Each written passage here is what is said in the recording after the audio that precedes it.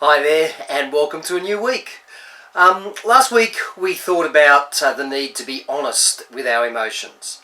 That our emotions needed to be really faced up to and dealt through. We thought about the danger of living on the basis of every emotion that we have, and we thought about the dangers of denying every emotion and suppressing them deep within ourselves. This week we're going to begin by thinking about anger.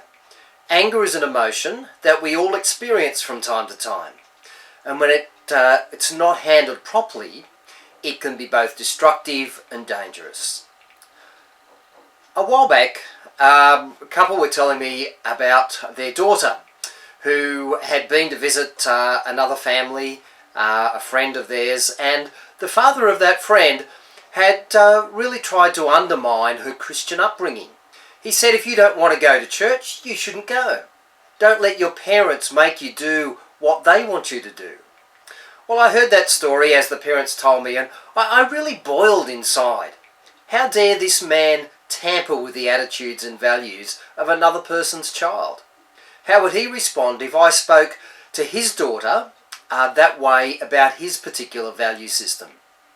I was angry, and to be honest, my thought was that I'd like to go round and confront this man.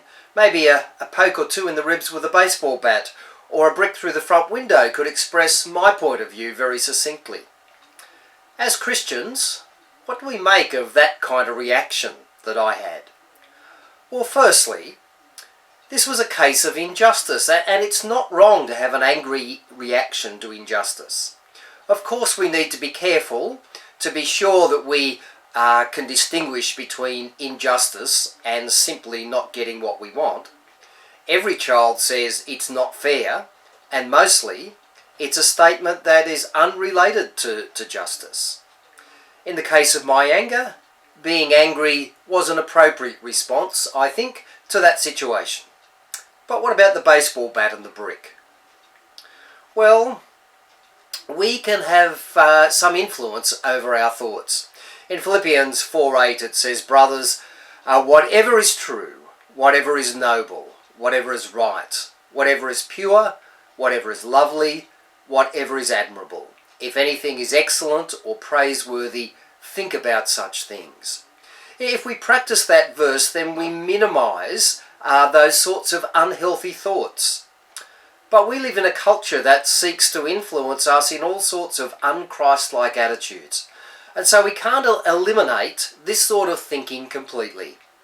I think it was Martin Luther who said, you can't stop the birds from flying over your head, but you can stop them from nesting in your hair. In other words, we can't stop thoughts popping into our mind, but we do have control over dismissing those thoughts or acting on them. Romans 13 verse 14 says, rather clothe yourselves with the Lord Jesus Christ, and do not think about how to gratify the desires of the sinful nature. If we dismiss our sinful thoughts, we can still live like Christ, and if we think about how to fulfill them, we're heading along the path to sin. What did I do? Well, I picked up neither the brick nor the baseball bat. I spoke to a couple of people about my reactions, and I prayed. And it's worth asking, where would I be if I'd acted out my anger? Probably not here, talking to you. Bye for now. We'll think about more about anger tomorrow.